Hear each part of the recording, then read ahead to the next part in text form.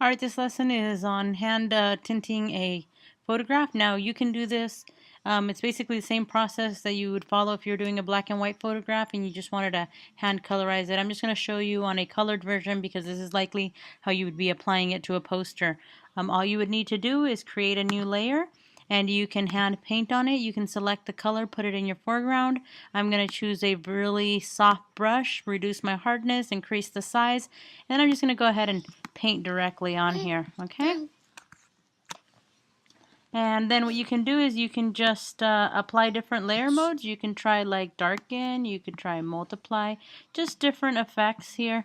It'll all do different types of things. I'm going to try overlay here just to give it a different change. I'm going to add a little bit more, and I'm going to add some orange. And you might hear me tell you to hand tint with using different colors, and this is just to kind of even out the color on your image. I'm just going to try different ones, okay? Alright, similarly I might tell you to add a vignette, and if I ask you to add a vignette, it might be with black, and I'll go like this, and sometimes we can just paint directly on here.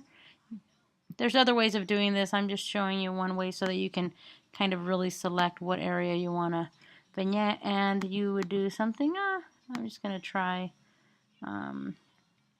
let's go difference here. Oops, not difference. Darken maybe. Alright, and then I'm going to lower the opacity. Okay. Alright, and you can just experiment with those. You could try different ones and see which one gives you the look that you're going for. Alright, this concludes your lesson on how to hand colorize images, to tweak the colors to even it out. If you have any questions, please make sure to contact me.